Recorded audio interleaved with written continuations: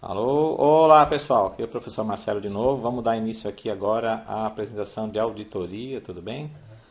Nem deu para me despedir de vocês ali na aula de contabilidade, porque teve um probleminha técnico, mas já estamos de volta aqui para fazer a segunda parte. Só estou esperando aqui o ok do pessoal ali do estúdio para ver se o som está em ordem.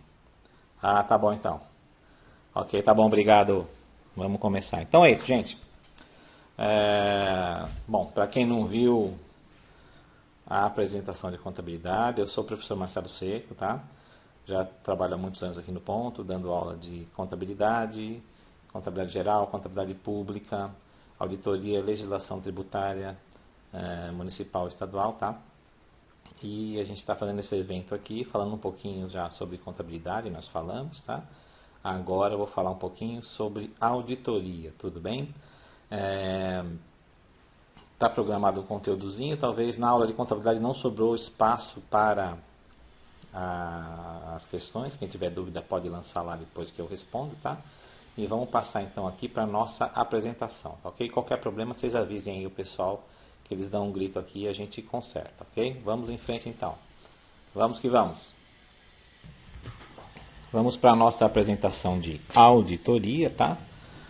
Como eu já falei para vocês lá, a gente está lançando os cursos da Receita, tá?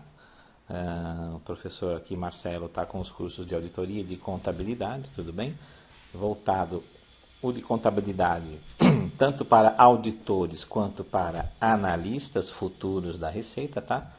E o de auditoria, claro, só para os auditores, porque não é cobrado esse conteúdo na prova de analista. Vamos lá então?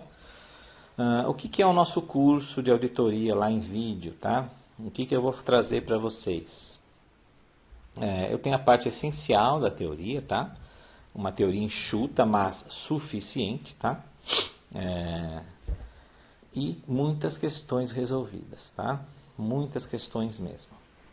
A gente sabe que estudar para concurso não é só ler a teoria. Quando você está começando e você está muito cru, você vai lá para a teoria. Mas depois, não adianta ficar batendo cabeça em teoria, gente. Assimilou o conteúdo, fez o seu resumo, muito importante. É muito importante vocês fazerem um resumo dos materiais que vocês estão estudando. Está assistindo o vídeo, vai anotando as coisas principais. Imprime o material que eu sempre disponibilizo junto com o vídeo. Anota ali, faça daquilo o seu resumo. Por quê? É muito mais fácil você pegar um papelito, depois sentar no sofá e ficar lendo aquilo 10 vezes, do que ter que se preparar, ou abrir o computador, ou ficar com o celular na mão, ou com o iPad na mão, tá? Para estudar. Sem contar que, para fazer um resumo, você tem que ler o que está escrito. Você tem que entender aquilo ali, tá? Você tem que organizar as ideias, tá? Quando você faz isso, você está o quê? Aprendendo, tá? É importante fazer o resumo, mas vamos lá. Então, o curso aqui, contabilidade é para os dois, né? Auditoria é só para fiscal, tudo bem? Que não cai, perdão. Curso de contabilidade já está com 9 aulas gravadas, das 16 que teremos. Curso de auditoria está com 3 gravadas já, das 8 que teremos, tá? Aqui ainda vou ter uma aulinha extra, tá? Sem ônus, tudo bem? Aqui também uma aula extra, sem ônus, tá? E eu vou explicar para vocês no curso como fazer a prova, tá? Como estudar, como se preparar, o que estudar, como resolver as questões, tudo bem? Vamos lá então, é compromisso deste professor, tá? Resolver todas as questões da ESAF, todas as questões relevantes. Só dos cursos, que digo, dos concursos da Receita Federal, não. Todas as questões de auditoria de todas as provas da ESAF dos últimos tempos. Eu estou voltando lá, meu deadline para buscar questões é 2010, que foi quando começaram as normas novas, tá? Em alguns casos eu pego também as de 2009 para trás, mas eu faço as necessárias observações e adaptações, tudo bem?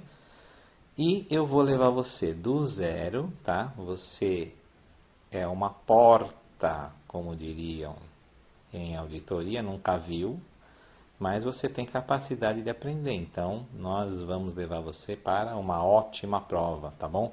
Esse é o objetivo dos nossos cursos aqui em vídeo. no ponto, tá bom? E não é um curso modorrento, não é encheção de linguiça. Vocês não vão ficar com sono. De vez em quando o professor baixa um pouco o tom da voz ou fala um pouco mais pausadamente para facilitar o entendimento. Mas é um curso rápido, tá bom? Vamos lá. Isso aqui é um mapinha que eu fiz das últimas provas, para a gente ver como que foram divididos os assuntos. De cara, o que nos chama a atenção aqui são as questões referentes a testes e amostragem, tá? Essas questões são muito frequentes. Os examinadores parece que têm tara por esse assunto. Então, toda a prova cai bastante, tudo bem? Não obstante aqui em 2012 não tenhamos tido nenhuma, o percentual é alto, tá? Questões sobre fraude sempre estão presentes também, tá? Tem dois grupos grandes aqui, que professor, o que é isso aqui? O que é uma questão atípica na prova de auditoria? Uma questão atípica é uma questão que não trata de norma nenhuma de auditoria, uma questão que você simplesmente poderia resolver com conhecimentos gerais ou com conhecimentos de raciocínio lógico, ou ainda uma questão que você não poderia resolver de jeito nenhum, a não ser que você fosse um matemático ou um estatístico e tivesse preparado para esse assunto, tá? Aconteceu isso em 2012, nós vamos ver, tudo bem? Por que isso? Eram duas questões que requeriam conhecimento especializadíssimo de estatística. Ninguém estudou isso, tá? Nós não temos acesso a isso, mas existe um estudo que se faz para cada questão sobre a quantidade de acertos. Eu tenho absoluta certeza que essas duas questões devem ter ficado ali entre 19% e 21%, porque é onde fica ali, todo mundo deve ter chutado, tudo bem? Enfim, gostaria de ter esse dado aqui, certo? E aí temos questões aqui também de contabilidade. Isso aqui é uma coisa que está acontecendo muito. Está na prova de auditoria, mas a questão é de contabilidade. Tá? Então, conhecendo bem, você vê a importância de estudar contabilidade ainda para auditoria. E por último aqui, riscos também cai bastante. Tá? Aqui onde eu coloquei normas, 20%. Tá?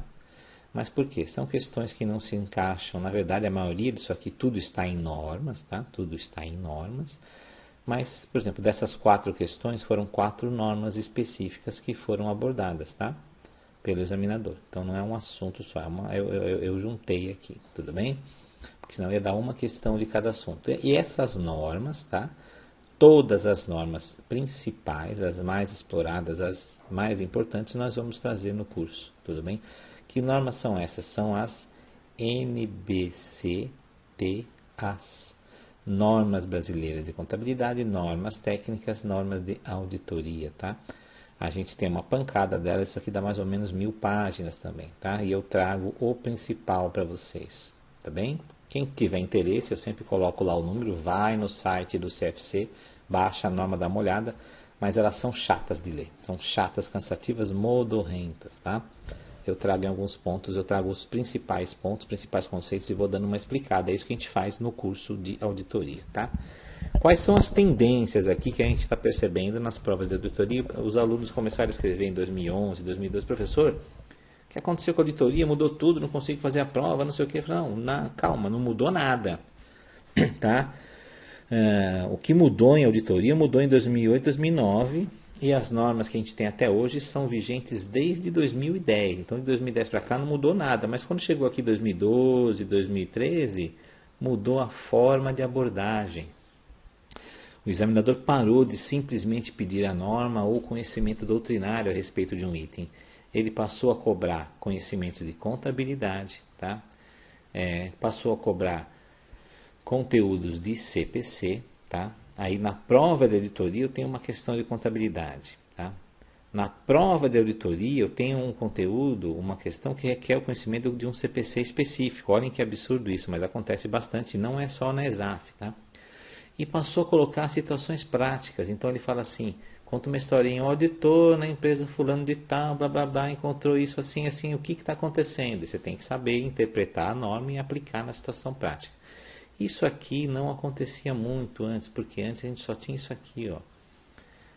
O examinador aplicava só, não explora mais, explora, cada vez mais está explorando, mas antes era só isso e a doutrina, tá? O que for interessante de doutrina está no nosso curso também, tá bom? Vamos resolver então algumas questõezinhas. Vamos lá, eu separei aqui para a gente resolver o quê? As 10 questões de auditoria, tá? Da prova da ESAF de 2014. Como que a gente vai estudar a auditoria? Eu já falei para vocês como que a gente estuda contabilidade, certo? A auditoria a gente estuda da seguinte forma. Nós vamos estudar os principais conceitos e definições, tá certo? Vamos estudar as principais diferenças entre auditoria interna, externa e perícia, isso é básico. E tem lá uma NBC, TA, que também é estrutura conceitual, tá? Assim como tem o CPC 00 e como tem a da contabilidade pública, também tem a estrutura conceitual da auditoria. A gente tem que estudá-la também. É onde estão os principais conceitos. E muitas coisas na prova a gente responde com base nessa norma aqui. Eu vou trazer para vocês. Depois feito isso, vai fazer o quê?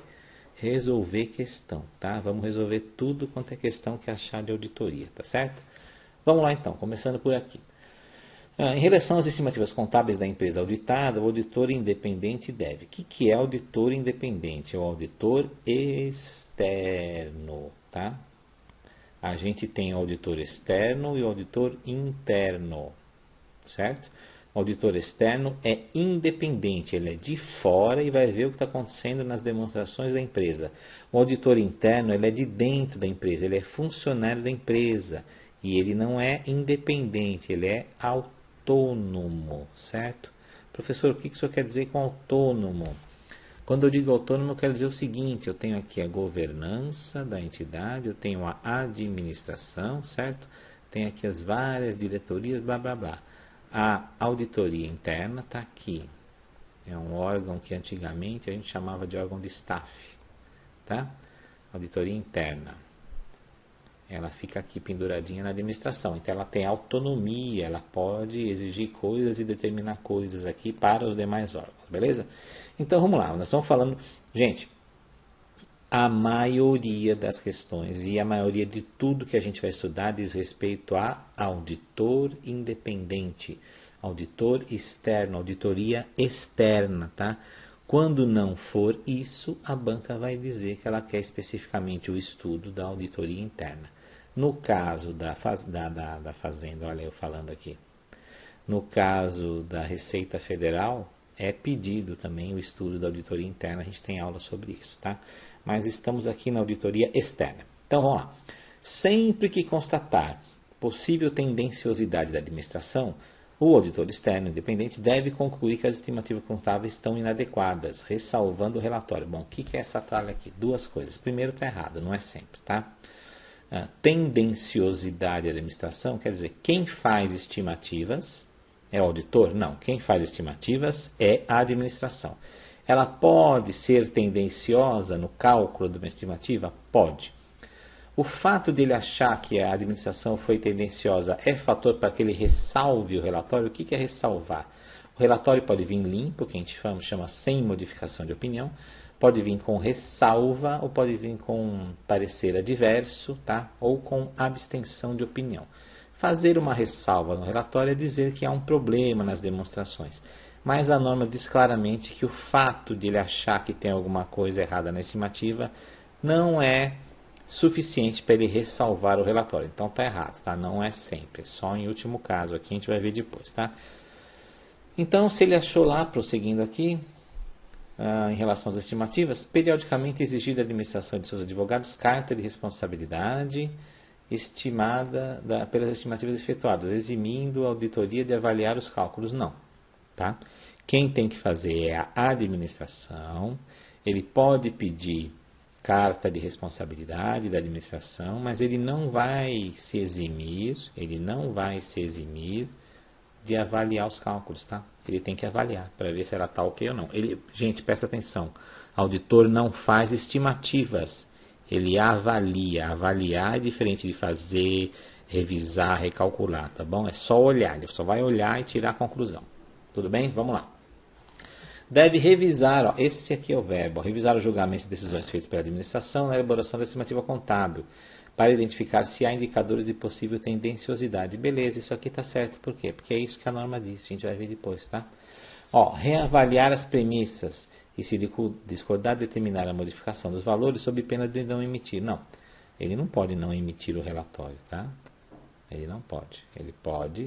Ele faz isso aqui, ele dá uma olhada, pede, na verdade ele não determina, ele diz que tem que fazer, que ele acha que está errado aquilo ali, e a administração é que faz de novo. Mas o que ele vai fazer não é não emitir. Se a administração não atendeu o que ele está dizendo, ele emite um relatório modificado, que pode ser com abstenção, ou com ressalva, ou com opinião adversa, tá bom? Aceitar os valores apresentados por serem subjetivos e responsabilidade da administração, não. Eles são subjetivos? Tem grande subjetividade. São de responsabilidade da administração? São. Mas ele vai simplesmente aceitar? Não, não vai. Ele tem que avaliar, ver se está de acordo com as políticas contábeis usualmente requeridas para a espécie, ok? Então aqui a gente vai ficar com a letra C. Olha lá o que eu comentei aqui, ó, letras A e D erradas, porque estimativa inadequada não é necessariamente motivo para ressalvar o relatório, nem para deixar de emitir, tá? Letras B e E erradas, elaboração da estimativa é de responsabilidade da administração. A avaliação da estimativa é responsabilidade do auditor, que não pode se eximir disso com base em declaração. O fato de a empresa auditada mandar para o mercado ou para o auditor uma declaração dizendo que fez uma estimativa ok, não quer dizer que a estimativa esteja ok. Então ele tem que avaliar, tá? E a letra C correta é a nossa resposta, tá bom? Aqui só repetindo para vocês, quando estiverem estudando lá, a letra C. Tá bom? Vamos lá. Mais uma aqui, número 2. É correto afirmar que, vamos ver, a firma de auditoria tem por obrigação estabelecer e manter sistema de controle interno para obter segurança razoável de que a firma e seu pessoal cumprem com as normas profissionais e técnicas e as exigências legais. Bom, isso aqui está certo, tá certo?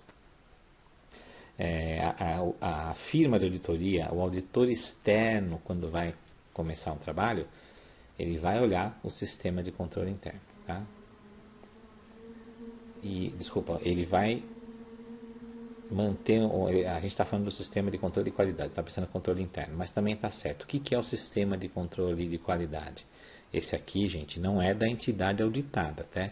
É da firma de auditoria, tá? Perdão que eu li aqui, mas eu li controle interno. Então o auditor também vê o controle interno e a firma de auditoria tem um sistema de controle de qualidade. Para quê? Isso está numa norma. Ela diz que a firma de auditoria tem que ter razoável segurança de que ela e o seu pessoal cumprem as normas e as exigências legais, tá? Aqui, se eu estivesse falando do controle interno, o auditor tem que ver que a entidade tem um sistema de controle interno para obter segurança razoável de que está fazendo demonstrações dentro das normas e livres de distorções, tá? Os textos são muito parecidos. Vocês estudando as normas das NBCTAs vão ver que os textos se repetem e são muito parecidos. Mas voltando então, controle de qualidade está certo aqui no número 1, tá bom? Número 2, a firma de auditoria, de novo, deve estabelecer e manter sistema de controle de qualidade. Sim, controle de qualidade tem que manter. Para obtenção de segurança razoável de que os relatórios emitidos pela firma ou pelos sócios são apropriados nas circunstâncias. Sim. Ok. Que relatórios? Relatório da firma de auditoria. Relatório na auditoria aparece em dois âmbitos diferentes, dois conceitos diferentes. Relatório é o produto do serviço do auditor, tá? Então, o que o auditor entrega no final do serviço de auditoria é um relatório, tá? E ele faz auditoria no quê? Nos relatórios contábeis, tá? A gente tem que tomar cuidado para não bagunçar. Que a norma lá, o CPC, chama de relatório contábil de propósito geral, tá? E eu chamo nas aulas simplesmente de DCs, demonstrações contábeis, tá? Então, o número 2 também está certo. Número 3. O objetivo do auditor é implementar procedimentos de controle de qualidade, tá? No nível do trabalho que forneçam a ele, auditor, segurança razoável de que a auditoria está de acordo com as normas, técnicas e exigências aplicáveis. Sim, está certo. É praticamente o que foi falado no número 1, tá? Então aqui, letra E, todas estão corretas. Olha lá, todas corretas, ótima questão para fixar conhecimento. eu tenho essa norma aqui que trata sobre a qualidade do serviço feito pela empresa que está sendo auditada? Não. Qualidade do serviço feito pela firma de auditoria. Então, vamos lá. A firma tem por obrigação estabelecer e manter sistema de controle de qualidade para obter segurança razoável de que a firma e o pessoal cumprem as normas, os relatórios da firma ou dos sócios são apropriados nas circunstâncias, tá bom? Tudo isso aqui está nessa norminha aqui, tá? Sobre qualidade. A gente vai estudar também no nosso curso isso daqui. Então, aqui para vocês a resposta é a letra E, tá bom? Vamos para mais uma, número 3. Agora falando do relatório de auditoria. É o resultado do trabalho do auditor. Deve ser divulgado no relatório que os procedimentos selecionados dependem do julgamento do auditor. Sim, os procedimentos que o auditor vai fazer depende do seu julgamento? Sim. Uma das características do trabalho do auditor é o julgamento profissional, é um requisito, ele tem que fazer isso. Tá? Incluindo o quê? O que ele vai fazer? Vamos ver. Avaliação dos riscos de não conformidade das demonstrações sempre causada por fraudes. Não, isso aqui está errado. Tá? Ele vai avaliar os riscos de não conformidade nas demonstrações acertas, mas sempre causado por fraude? Não, porque os riscos podem ser causados, na verdade são riscos de que existam distorções causadas por fraudes ou erros, tá? Isso aqui está em várias normas, aparece em todo lugar. Então, o auditor está preocupado no seu trabalho com o risco de haver ou não haver distorção, seja ela causada por fraude ou por erro. Então, isso aqui está errado, tá? Estimativa do risco de distorção relevante, claro. Exclusivamente causada por erro. Errado. Erro e fraude. Tá? Sendo de responsabilidade da administração a ocorrência de fraude. Bom, a prevenção e a detecção de fraudes e erros, tá? É de responsabilidade da administração. Isso tem que ficar muito claro, tem muita questão que explora isso. Não é responsabilidade primária, prestem atenção, isso está certo que eu vou dizer. Não é responsabilidade primária do auditor preocupar-se com a prevenção e a detecção de fraudes e erros, tá bom? Isso é responsabilidade da administração. Ah, mas o auditor não está nem aí. Sim, ele está aí, porque ele tem que achar as distorções. E elas podem ser causadas por erros ou por fraudes. Mas ele não vai ficar preocupado em prevenir erro ou fraude, ok? Então, errada também a letra B. Mais uma aqui. Identificação de todos os riscos de distorção nas demonstrações contábeis e no relatório da administração, independentemente se causada por fraude ou erro. Isso aqui está certo, tá? Determinando sua materialidade. Mas ele põe aqui, ó. Identificação de todos os riscos de distorção? Não, não são todos.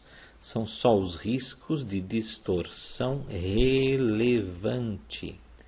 Porque o auditor trabalha com um valor que a gente chama de materialidade, tá? E o que estiver abaixo desse valor, para ele não é relevante e ele não vai se preocupar com as distorções irrelevantes ou não relevantes, tá bom? Gestão de risco de distorção relevante nas demonstrações contábeis e identificadas na matriz de risco, muito bonito isso aqui, ele vai fazer gestão de risco, está preocupado com distorção relevante na demonstração, mas é causado exclusivamente por erro? Não, erro e fraude. Ó, questão besta. Só com isso aqui é uma das primeiras coisas que a gente aprende no curso, tá? Que o auditor se preocupa com distorção relevante, independentemente de ter sido causada por erro ou fraude. Você já matava essa questão. Vamos lá. Letra E é a nossa resposta. Ó. Ele vai avaliar os riscos de existirem distorções relevantes, tá? Independentemente se causadas por fraude ou por erro. Essa aqui está ok. Tudo bem? Vamos lá então. Aqui são os comentários que eu já fiz, né? Deve ser avaliado o risco de distorção por fraude ou erro, e a prevenção de ambos é de responsabilidade da administração. Sempre isso aqui, tá? Letra C errada, ele deve avaliar apenas se elas estão livres de distorções relevantes, eu falei para vocês. Portanto, a letra E está correta, tá? Vamos lá. Aqui só a resposta, a questão de número 4. A eficiência da auditoria na definição e na utilização da amostra pode ser melhorada se... Bom, Tem várias coisas aqui. Vamos passar direto para os comentários, que aqui envolve um pouquinho de estatística, tá? Então ele falou o quê? Ó? A utilização da amostra, a eficiência de uma amostra, toda auditoria trabalha com amostragem, perdão, pode ser melhorada se, vamos lá.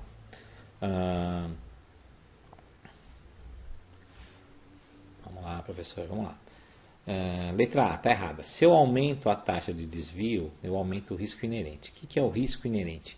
O risco inerente é o risco de existirem distorções ali, tá bom? E não terem sido detectadas e eu deixar passar e tal. Esse é o risco. É um risco inerente ao trabalho, o risco de existir distorção, tá bom? A letra B também está errada. Depois aqui, ó, esse conjunto de ações piora. Eu coloquei conjunto de ações piora a qualidade da amostra. O que ele falou aqui, ó?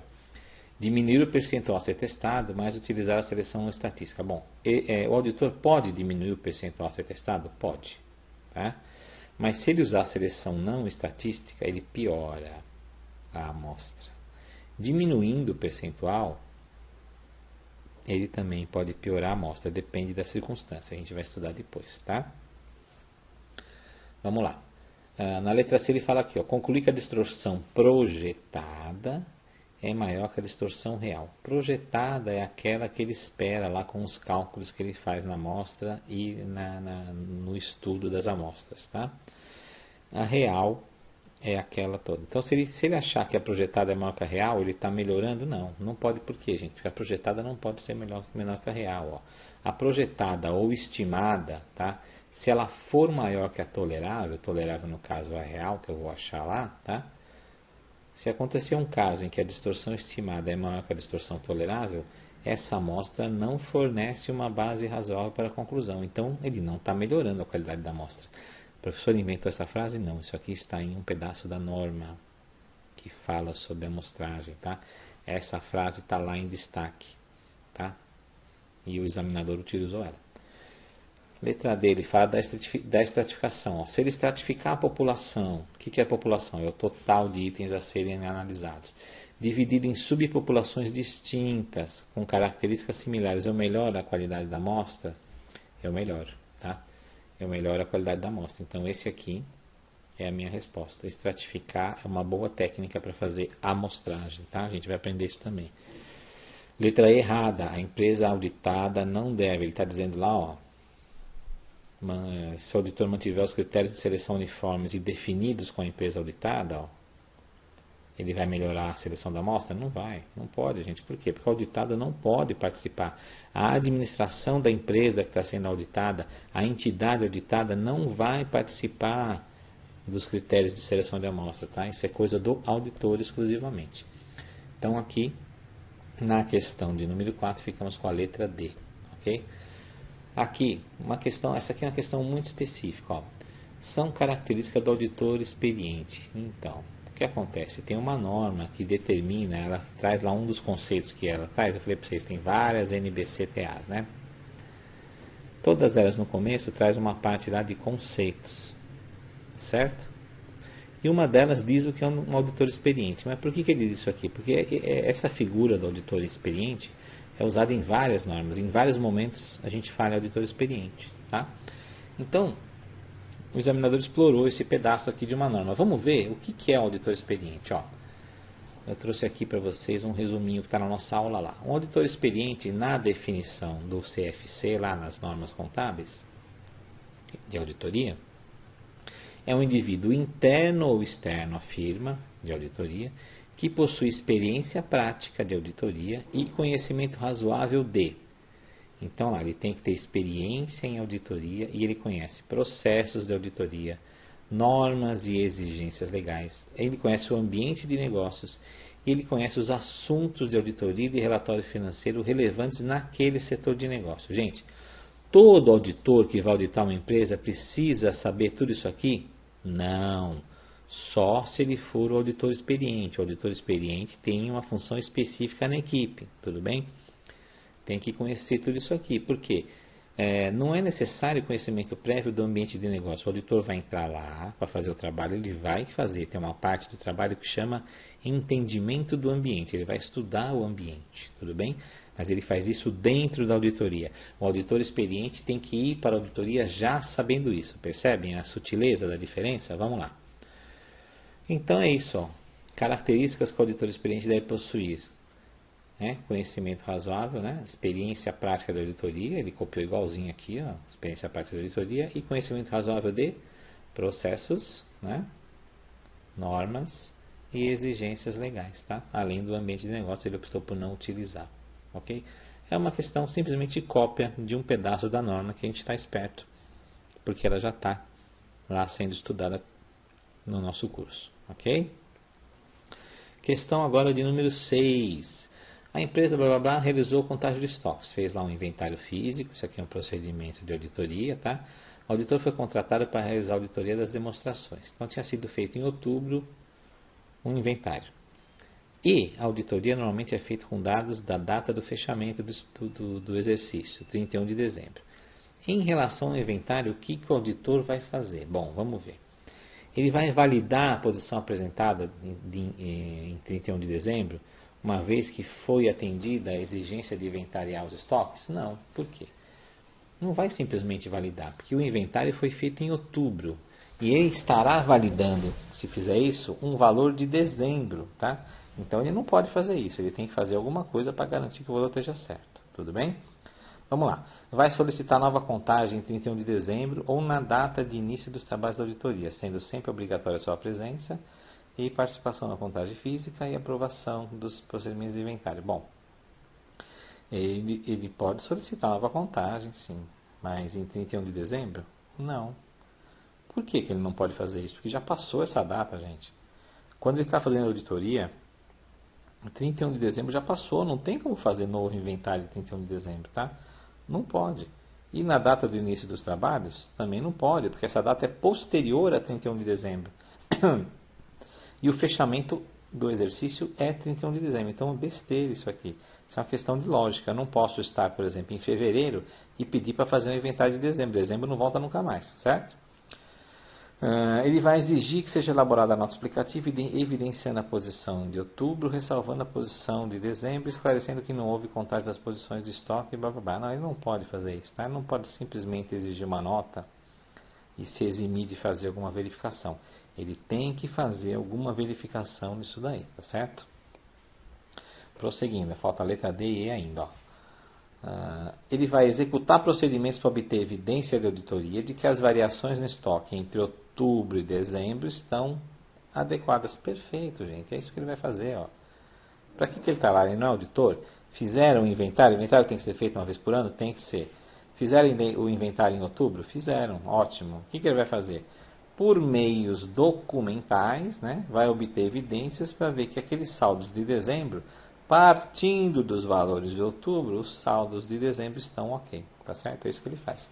A letra E está errada, com certeza. Limitar a avaliação à posição de estoques de outubro, restringindo o escopo do seu trabalho, não pode. Tá? A gente vai falar sobre restrição de escopo, pode ter escopo reduzido por dois motivos, basicamente. Um é porque o escopo do trabalho já é reduzido mesmo, o outro é porque ele é reduzido por alguma imposição, algum problema durante o trabalho ou imposição da empresa, tá? Isso reduz o escopo, mas isso não é um caso que ele tem que fazer, ele não vai. E outra, como que ele vai? Ele tem meios para auditar, ele não pode falar, estou fazendo aqui a auditoria de tudo em dezembro, mas o estoque é de outubro, não pode, tá? Isso aqui está errado. Vamos ver o que eu coloquei aqui. Para fazer o trabalho, o auditor deve obter evidências de que os valores no estoque nas duas datas estão livres de distorção relevante. Beleza. Não é possível simplesmente validar e invalidar os valores apresentados. Não posso falar, beleza, está ok, ou beleza, não aceito essa porcaria. Não. Como ele pode verificar a pertinência dos valores apurados em outubro e em dezembro? Refazer o inventário é impossível. A data já passou, não dá mais. Resta ao auditor verificar se a variação do saldo entre os dois levantamentos está retratada nos lançamentos contábeis. Tá? Ele pode ainda determinar novo inventário na data atual, mas não para usar esse valor, para fazer a conferência com os valores obtidos. Tá? Isso partindo do pressuposto que tem algum erro em dezembro, ele não confia, ou por exemplo, não tenha sido feito em dezembro. Foi feito, por exemplo, em outubro e não foi feito mais nenhum. Como é que ele faz para auditar em dezembro? Né? Ele pega o de hoje, tá? E vê os documentos daqui até aqui, vê se o saldo está batendo. Tudo bem? Essas são as opções que o auditor tem, ok? Vamos lá então. A questão 6, a gente ficou com a letra D. Vamos para mais uma aqui, número 7. É permitido ao auditor externo, durante o processo final de montagem dos documentos, né, da auditoria, modificar durante o processo final de arquivos. Tá? O que é isso aqui? Ó? Montagem dos arquivos. É o que a gente chama de papéis de trabalho. Tá? Modificar os documentos. Tá? Quando ele está fazendo os papéis de trabalho é um conceito que tem dentro das normas de auditoria, é o conjunto de tudo que ele agregou, todos os papéis, e não é só em papel, meio físico, meio eletrônico, tanto faz, tá? Agora, ele pode fazer algumas alterações. E aqui está dizendo o seguinte, não se inclui como modificação possível. Quer dizer, o que o auditor não pode fazer com os papéis de trabalho? Apagar, descartar ou destruir documentação superada. Pode. É uma documentação que não vale mais, foi substituída por outra, tá, de um período que não vale mais, pode apagar. Não precisa incluir na documentação de trabalho. Acrescentar referência cruzada aos documentos. Pode. O que é referência cruzada? É uma técnica para análise de dados. Tá? Pode colocar lá. Substituir carta de circularização dos advogados com nova posição das contingências. Não pode. Isso aqui não pode. Bom, vamos lá. O que é carta de circularização? Carta de circularização é uma técnica utilizada para se fazer um procedimento que a gente chama de confirmação. Tá? Confirmação é um procedimento da auditoria. Carta de circularização é uma carta enviada para pessoas externas, por exemplo, os advogados, os fornecedores, né? Os clientes, né? Com nova posição das contingências. Então, o que acontece? Ele fez lá, estava auditando uma estimativa, por exemplo, pediu uma confirmação do advogado sobre uma contingência. O advogado mandou uma carta. Um tempinho depois veio outra carta mudando o parecer do advogado, por exemplo. Tá? Ele pode substituir? Pode. Ele vai dizer, bom, o advogado vai justificar, olha, isso aqui é por causa disso, aqui não sei o que. Eu posso usar a nova? Posso. Mas eu não posso simplesmente substituir. Tá? Eu tenho que deixar as duas lá. Tá? Eu vou ter que manter as duas documentadas lá. Por que isso? Porque eu não sei. Por mais que o meu julgamento diga que eu posso, de fato, confiar naquilo e usar a mais nova, eu preciso deixar a antiga documentada, porque isso é um caso sensível aqui na documentação, tá bom? Conferir itens, então aqui letra C, nossa resposta. Conferir itens de verificação, evidenciando ter cumprido os passos, tudo bem, isso aqui é para ver se ele fez tudo certinho, tem um checklist lá que ele tem que fazer, ver se montou direitinho a documentação. Documentar a evidência da auditoria que o auditor obteve antes da data do relatório. Sim, basicamente, gente, toda a evidência de auditoria, quase 100%, né? Tem um caso lá de eventos subsequentes, a gente vai tratar depois. Mas o que ele faz? Ele passa o trabalho inteiro coletando evidência. Depois, no final, ele monta o relatório. Então, quase toda evidência é obtida antes do relatório. Ele tem que guardar isso, com certeza. Tá? Aqui alguma coisinha que eu falei para vocês sobre papéis de trabalho. Tá? Então, os documentos de auditoria, está errado aqui, professor, são os papéis de trabalho. A norma chama como papéis de trabalho. Tá? A única que não é permitida é a substituição da carta de circularização. Eventualmente, nova carta pode ser apresentada, mas anterior, enquanto disser respeito ao período sob análise, deve ser mantida nos papéis. Gente, papéis de trabalho é um conjunto de documentos, pode ser físico ou eletrônico, pode incluir um monte de coisa. É de responsabilidade do auditor fazer e guardar. Ele tem que manter o sigilo sobre aquilo e aguarda por um período de 5 anos. 5 anos de onde? Da data do relatório, tá? Da entidade, ou da data do relatório do grupo ao qual pertence a entidade. O maior data que ele pega, tá? 5 anos. Que negócio é esse de grupo? Bom, o auditor lá está auditando a entidade A. Fez o relatório em fevereiro, publicou. Acabou. Essa entidade A pertence ao grupo C, tá? O grupo C foi auditado em março, certo? Ele vai guardar os papéis lá da entidade A 5 anos a partir de março, tudo bem? Tem que manter o sigilo, não pode divulgar sem autorização, só pode divulgar por exigência legal ou com autorização da entidade auditada, ok? Então aqui, número 7, a gente fica com a letra C. Mais uma aqui. Aqui, o auditor independente pode utilizar o trabalho de auditor interno? Pode? Sim, ele pode utilizar, tá? Tem uma norma que fala sobre isso, mas vamos ver o que a questão está pedindo aqui. Ele quer saber o que o auditor deve fazer nesse caso. Bom, ressalvar que o relatório foi efetuado pelos auditores internos e a responsabilidade é limitada. Não vai ressalvar nada. Trabalho, ele está usando o trabalho do auditor interno? Tá. Mas a responsabilidade é total. Total, certo? Do auditor externo. Tudo bem? A empresa tem conhecimento? Tudo bem. Não interessa para a empresa se ele usa ou não, mas pode até ter conhecimento. Mas ele pode utilizar? Pode, mas o fato de ele utilizar um trabalho feito pelo auditor interno não lhe retira a responsabilidade total. Tudo bem? Vamos lá então. Incluir na documentação da auditoria as conclusões atingidas relacionadas com a avaliação e adequação do trabalho do auditor interno. Tudo bem até aqui, ele tem que fazer isso mesmo, avaliar antes de usar e ver se esse trabalho está bom. E os procedimentos de auditoria por ele executados sob a conformidade dos trabalhos. Bom, tá certo. Então essa aqui já é a nossa resposta. O que ele faz?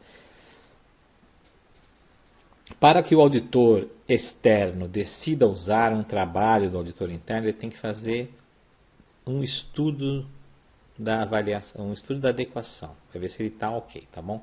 A gente vai ver depois como faz isso. Restringir a utilização de trabalhos operacionais, de cálculo e descrição, que não ofereçam risco, visto que a responsabilidade é limitada. Não, gente. Ele pode restringir até se ele quiser, mas não por isso. Ele vai restringir porque ele quis. A responsabilidade não é limitada. A responsabilidade é total do auditor externo, tá? Externo. Dividir responsabilidade com a administração, jamais. A responsabilidade é só do auditor externo, restringindo seus trabalhos, bababá. Ele pode restringir, pode utilizar, pode até não utilizar, mas a responsabilidade é só dele, auditor externo.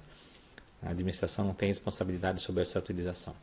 Assumir a qualidade do trabalho da auditoria interna, incluindo seus papéis de trabalho como documentação de suporte. Não, ele pode incluir, mas não vai assumir a qualidade. Ele tem responsabilidade, tá? Mas a qualidade do trabalho, certo? É por conta da auditoria interna, tá? Resumindo, gente, eu pus aqui, ó, um pouquinho do que a norma faz. Vamos olhar. A, C e D erradas. A utilização de trabalho do auditor interno não tira a responsabilidade integral do auditor externo, certo? Isso tem que estar muito claro para vocês. Letra E errada. O auditor não pode simplesmente assumir a qualidade de trabalho. Ele deve efetuar vários procedimentos para ver se está adequado. E o que ele deve fazer? Auditor externo, gente, quando eu falar só auditor, é porque é externo, tá? Externo. Quando for interno, eu e a banca e todo mundo sempre fala que é o interno, tá? Então, quando o auditor externo, para auditoria e auditoria externa é a mesma coisa. Auditoria interna, a gente fala que é interna. Se o auditor externo resolve usar o trabalho do auditor interno, ele tem que fazer o seguinte: determinar qual que vai utilizar, determinar como, quando, onde, quanto vai utilizar, avaliar se o trabalho é bom para a auditoria externa, avaliar o efeito da utilização, aqui, ó. Essas 3 palavras elas vão encontrar 150 vezes em todas as normas.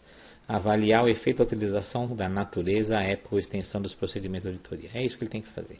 Precisa ver se o relatório que o auditor interno fez está bom.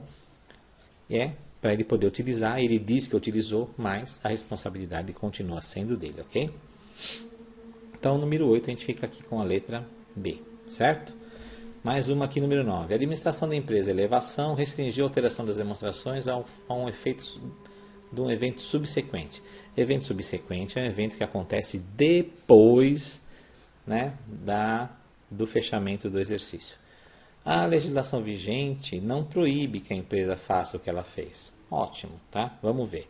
Nesta situação, o auditor deve alterar o relatório da auditoria. Bom, se há evento subsequente, a gente vai ver que o auditor externo tem que fazer alguma coisa sempre. O problema nas questões é o que ele faz. Retificar a data definitiva em que a empresa deverá fazer a publicação, ressalvando essa alteração das demonstrações sem emitir posição. Não. Ele tem que emitir posição.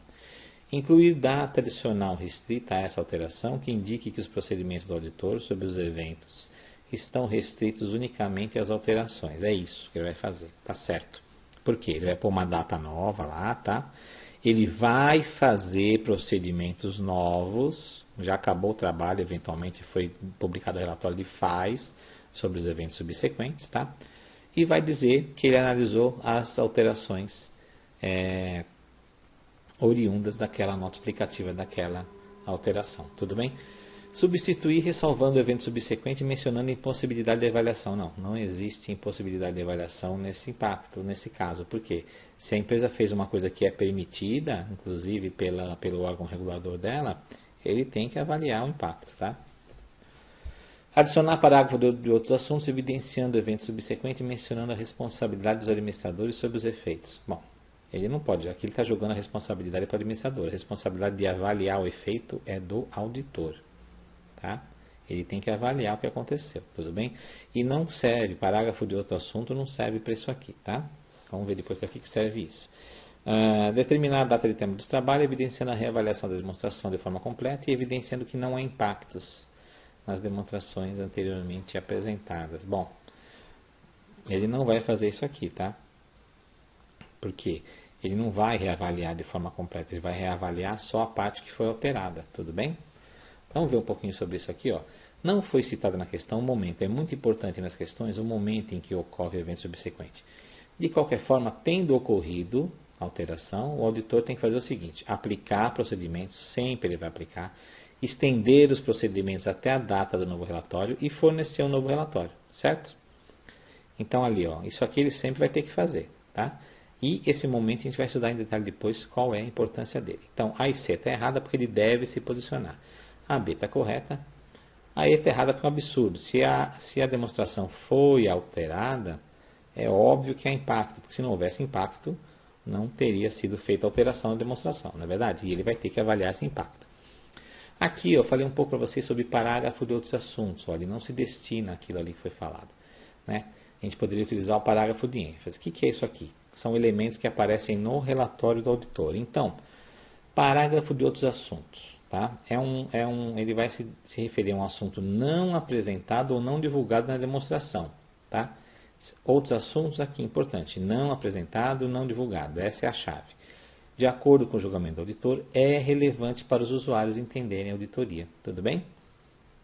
Então é isso que é um parágrafo de outros assuntos. Um parágrafo de ênfase é sobre um assunto apropriadamente apresentado. Então olha a diferença.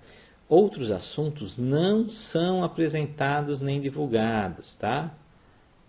O parágrafo de ênfase é para coisas apropriadamente apresentadas, que de acordo com o julgamento é de tal importância que é fundamental para o entendimento nas demonstrações que ele fale alguma coisa a mais ali no parágrafo, tá?